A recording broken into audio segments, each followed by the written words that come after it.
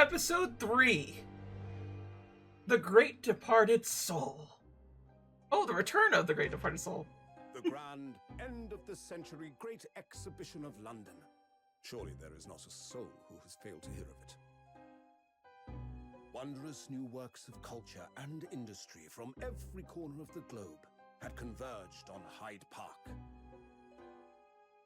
welcoming over 50 million visitors. The last great hurrah of this century. Astonished and delighted people of all nations, and ended on a note of resounding success. But as regards to the terrible catastrophe that occurred during the festivities, very few are aware my friend Mr. Herlock Sholmes had a hand in unraveling the matter. For from the shadows, it was he who earnestly unearthed the facts of the case. And like the centerpiece of the great exhibition, which rose high into the skies of Hyde Park, Sholmes's brilliant deductions, as clear and lofty as the Crystal Tower itself, brought the truth to light.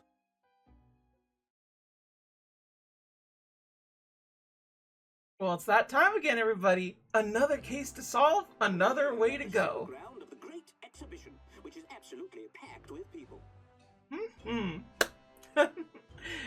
So let's get started, yeah? The weather is unusually fine, and we're about to witness a most extraordinary scientific experiment. Ladies and gentlemen, the 20th century will see steam engines and electrical power dominate the world. Horse-drawn carts will give way to the motor car. Ships will sprout wings and take to the skies. And today, we showcase even more advanced technology. A glimpse into the future. A world first. A demonstration of my super high voltage instantaneous kinesis machine. That certainly is a machine of kinesis. Disassembled by a pulse of high voltage electricity and beamed to another location. Whereupon his body will be reassembled by a series of complex calculations exactly as it was before.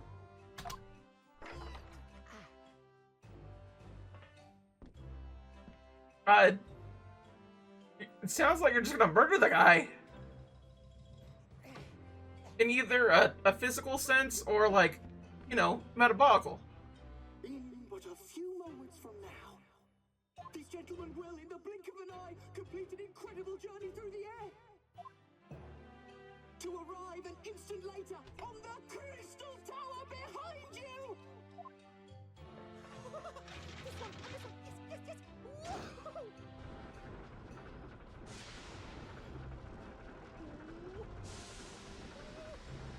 Yes!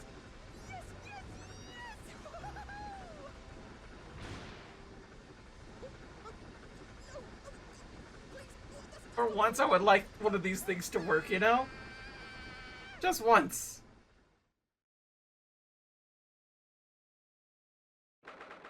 The 22nd of October, 9:36 a.m.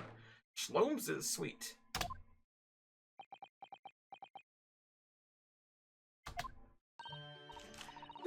Bruno, are you listening? Oh, sorry, what was that, Iris? What's the matter with you? You've been miles away all morning. Didn't you like what I cooked you for breakfast? Oh, look at her, she's so sad! Bruno, how could you? No, that's not it at all. What were we talking about again? Today's paper! It's full of news about the Great Exposition again! Yes. The Great Exposition. I'd like to go sometime.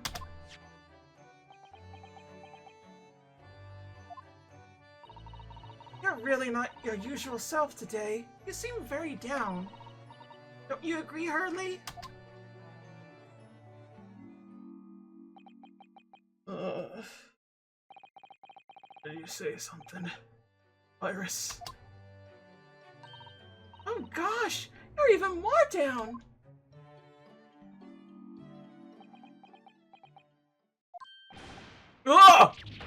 When did you arrive, Mr. Naruhodo? I've been here for a half an hour already. We had breakfast together. What? Why didn't you mention it before? I, thought you might have known I was here. You know, because... breakfast? Iris is quite right. You're clearly lacking in vim. So much so that I didn't notice your presence. Thanks. Of course, I could deduce the reason perfectly well, with some simple observations. What? Let's see. Yes, for example, your tousled hair this morning holds unruly spikes. Clearly, it can be deduced, therefore, that... let me stop you right there, Mr. Slomes, because I think I could see where you're going with this. My hair always looks like this. It always has. Ever since we first met, in fact. Oh, really? How interesting. It just doesn't look like a haircut as such, I suppose. Thanks again. Crossed my mind recently that it's been 6 months now. 6 months? Since I was forbidden from working in court. I've been wondering how much longer I'm going to be banned. Oh, well, that would explain why you seem rather glum. Don't you agree, Harley?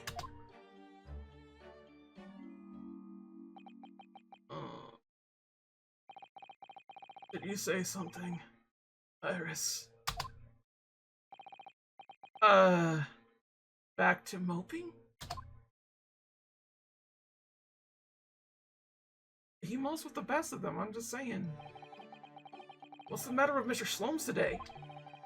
He seems even more down in the dumps than me.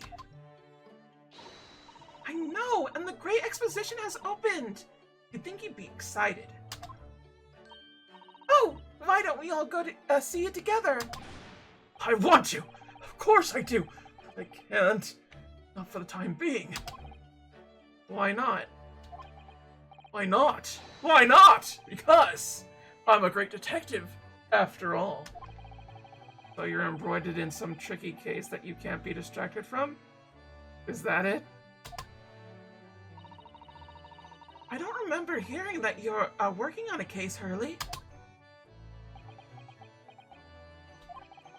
I suppose I should try to find out what's going on? We could do that, but I'm just gonna look around, because I can. You love a good fire in the colder months. Watching the flames flicker and dancing about is just so very relaxing. Cleaning out the chimney isn't so relaxing, though. No, getting covered in soot isn't my idea of fun. You know, Harley decided he was going to clean it out himself last year. But you can't guess what happened, can you? Got himself stuck inside the fool. He's a very slim man, I admit, but there are limits to where a fully grown man could fit. Now every time he dozes off by the fire, he has nightmares about it. Yeah, fair, actually. All the fireplaces is got. All these different pieces of evidence from cases that Mr. Slomes has solved are very interesting. Trouble is, Hurley forgets things so quickly. He never remembers why these things are relevant. The other day, for example, he saw the orange pipes that were there and decided to plant them in the garden. Pips? Yes, they're all spreaded now. We have 5 new little plants. Oh, well, I don't know what case they're from, but if Mr. Slomes could get oranges to grow outside in England, he should change his profession. Actually, yeah, that's kind of big. That's pretty cool, actually. Yes, the huge metal chest with the lace cloth laid on it, being used as a table for tea and coffee. It's very sturdy, that's for sure. Firmly locked shut. That chest contains my father's detailed records of Hurley's many cases. Yes, so I've been led to believe. But personally, I never actually seen inside. And that's the way it will stay. Those papers are a secret between Daddy and me. You go opening it uninvited, you might find yourself being bitten. What? Is there a beast inside there or something? Perhaps, mayhaps there be the beastie of boys. Books, papers, scientific implements. Shells are stuffed to the gulls. Mrs. Sato wouldn't be able to help herself if she were here. Can't stand mess. Susie might not be able to stand mess, but she wouldn't dare touch those shelves. Oh, why not? Everything's in intricate balance. Hurley spends ages on it. If you were to touch even one thing, the whole lot would come tumbling down. Susie noticed it was very delicate arrangement, right from the outset. Make it sound like I'm meeting of great minds. The truth is, Mr. Shlomes just needs to tidy up. Does he though? Does he though? Ah yes, Mr. Shlomes' faithful musical companion. Wasn't this violin made by somebody famous? Yes, it's a Stradivis. I'm afraid you'll have to save up for 100 years before you can afford one, Runa. If I were to save up for 100 years, I wouldn't choose to buy a violin, personally. Oh, what would you buy then? I really have no idea. I think I'll have to do it so I can find out. Just save up, buddy. Just an easy hundo. Fair, fair, fair. If only it were that easy, just like go to another dimension, take all your other stuff's money. Be like, yeah, this is mine right now. I need to test something out. Jeez. Every time I look at that machine, I can't help thinking, what a monstrosity it is. What's it called again? The Great Analyticoscope. It will analyze absolutely anything, you know? It does seem incredible, and at the same time, incredibly useless. Ah, but it looks impressive, doesn't it? That makes it very useful. Does that make it useful? Because it means you can pawn it for lots of money. The pawnbrokers always make idle remarks like, what an incredible looking machine. Hurley often takes it to the pawn shop when he's a little short. Sounds like this thing pulls its weight around here more than I realized by having its weight pulled around. He literally just sells it and buys it back like a fucking depot. We love to see it. This is so stupid, this man. This charmer just does whatever the heck he wants, huh? I can type with my eyes shut, you know? I can believe it. When a deadline's approaching, you sound like a Gatling gun. That reminds me of a dream I had the other day. It was such a funny one. It woke me up, actually. I was typing for a whole hour in the pitch black, but I didn't make a single mistake. That's incredible. But then, when it got light, I found out that there wasn't any paper in the machine. Now I wonder if I actually been typing at all. I think you might have just fallen asleep on the job. Oofala, oofala. It'd be that way sometimes. I look forward to finding out what aroma your tea will have, Iris, every single day. Ah, well, I infuse a different concoction of herbs from the garden every time, so it's never the same twice. When you call it concoction, it sounds more like a science experiment than something up for a tea time. Oh yes, that's because different blends can have very different properties. Some calm you down, some make you feel jolly, some give you energy. Today's particular blend is something quite special, so you're really in for a treat. That sounds ominous. Cool. Ah yes, this is where you note down ideas, isn't it, Iris? What's in the melting pot today? The blue carbuncle. Yes, it's from a case of theft that Hurley solved ages ago. The death of a precious stone. A carbuncle is another name for a garnet, you see, especially it's cut with a rounded top. Oh, really? This garnet was blue, was it? Well, that's the thing. They're usually red. No blue garnets have ever been discovered. Uh-oh. Who knows what the stolen gemstone actually was? That's the real mystery of the case. Proper Herlock Sholmes conundrum, huh? Yeah, apparently. There are so many different bottles up there on that charming little set of white shelves. Oh, do be careful, Runo! You mustn't try the contents of any of those bottles, even if you're hungry. I wouldn't do something stupid like that. I'm a child, you know. Well, I wish I could say the same for Hurley. The other day, he polished off a full bottle of one of my alkalites. He what? He said he was hungry. I'll be extra careful. Yeah, he lives with very weird roommates. He just kind of has it. Fair enough. So let's present him with our handy-dandy badge. Oh, Mr. Sholmes? About this. Shh, not another word. Ah, yes, I see.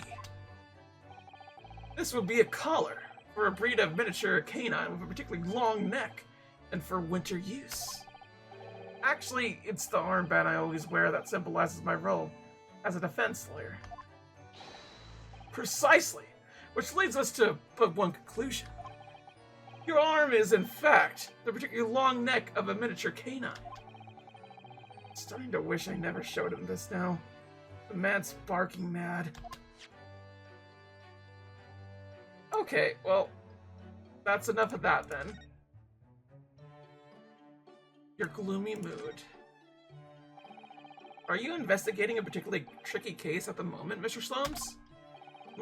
You could say that, I suppose. Nothing more to add? It's not like you. What sort of case it...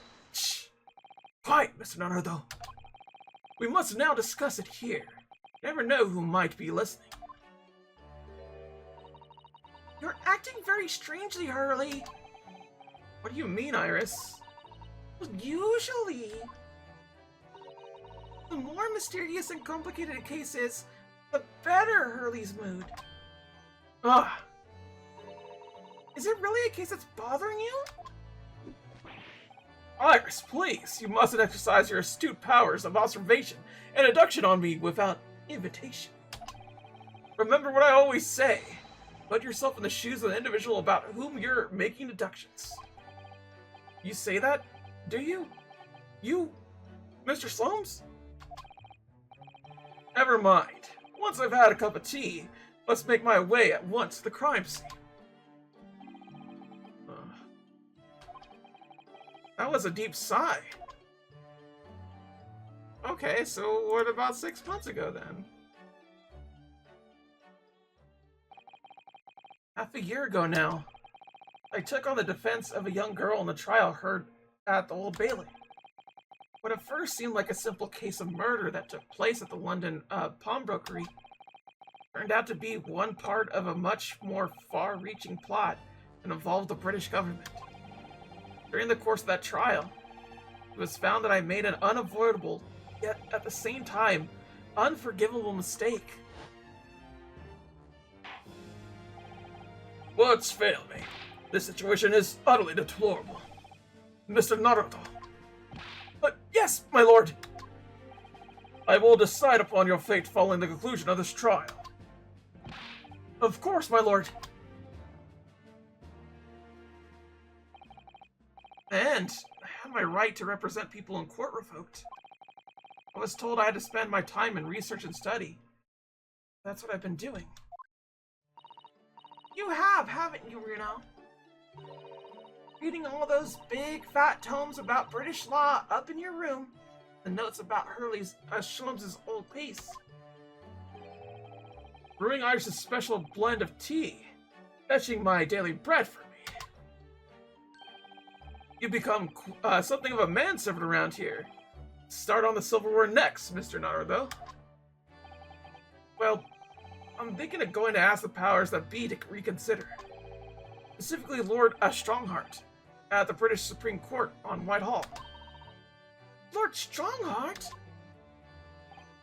Ah, the delightful Lord Chief Justice. Not my favorite fellow. He's not mine either, but he's the man I have to talk to. He's the only one who could grant permission for me to start working in the courts again. I came to Britain to become the best lawyer I could. I can't do that justice sitting around here.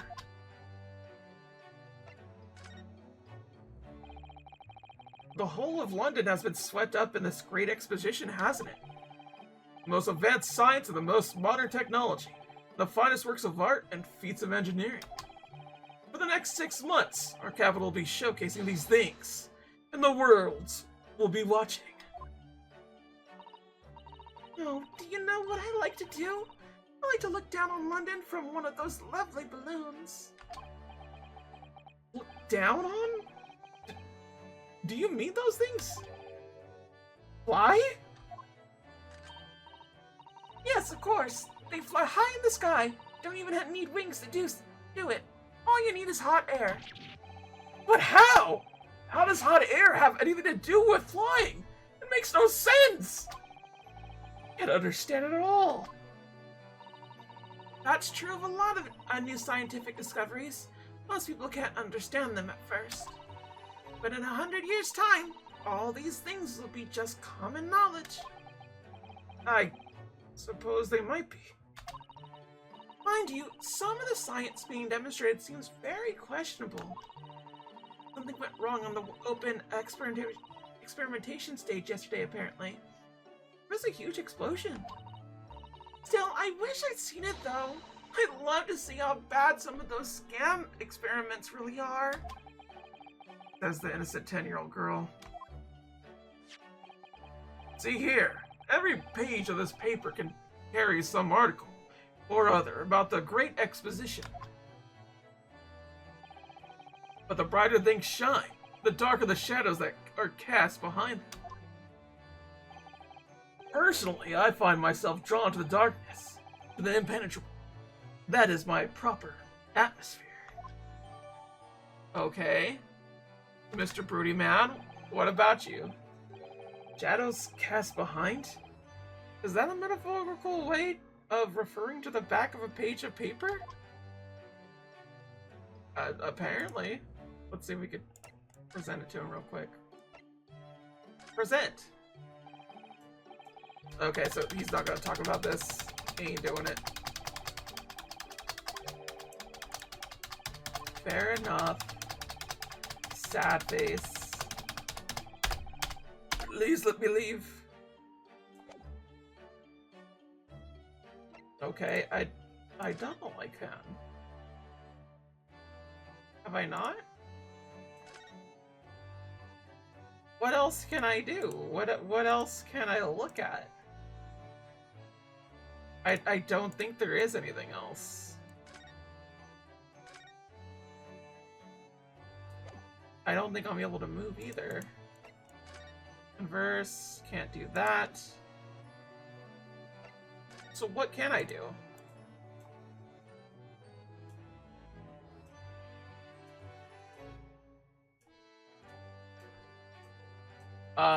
Game?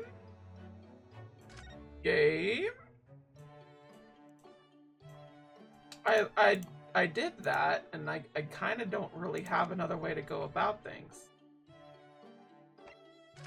I can only present with 2 items, and he's already seen them both.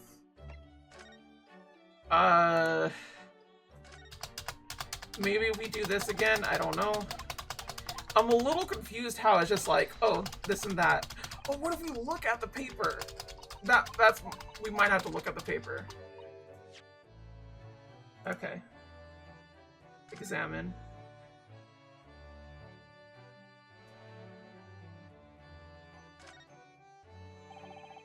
The article on the front page is news about the Great Exposition. 12 experiments to demonstrate brand new scientific ideas, cultural exhibits from around the globe. It's all so positive and hopeful about the coming century. We must go see it properly before too long. Okay. No, I want to look at it still. Maybe something over here. Oh? So many glowing reports about the great exhibit and everything that's going on there. Other than this rather gloomy looking one, that is. Wait, what? What's the matter, Runo? The Reaper attacked? That's Lord Van Zeeks! This must be what Mr. Slomes was talking about. Does he know any more? I wonder. Okay, so that's what we had to do. Yeah. Okay, cool. This is what I get for forgetting that I could examine things.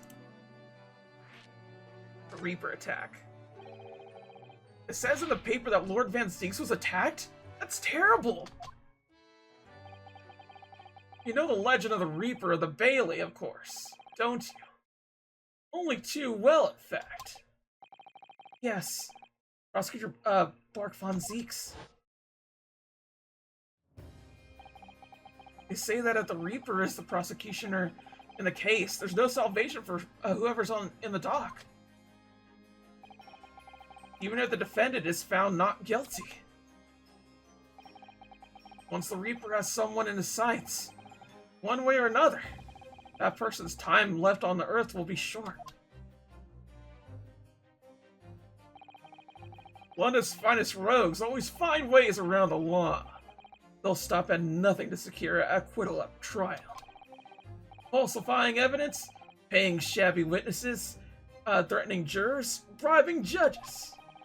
But even such devious tactics as these cannot save them from the hands of the Reaper. As you're expecting, experience yourself, haven't you, Mr. Naruhodo? Yes, I've seen the Reaper's retribution at work. Many of these criminal rogues are reckless and quite unfair to die. The leader among their frailty is seen to have been taken by the Reaper. Retaliation like this does occur. Really, the capital has a never-ending supply of such scoundrels. So, do you mean Lord Van Zeeks has been attacked like this before? This isn't the first time? He's quite an accomplished combatant, you know. He doesn't take these attacks lying down. Although, it seems that his assailants were armed with guns this time. Oh my goodness. Is he alright, then? Is Lord Van Zeeks hurt? My dear fellow, how on earth would I know? Well, in the article here it says, as to what of Lord Van Zeeks and his condition, will be revealed in tomorrow's morning edition. Ah, I see. Well, we shall have to be patient then. No. I can't wait until tomorrow. In that case, you shall have to inquire with somebody in the know. But who? Lord Strongheart, perhaps?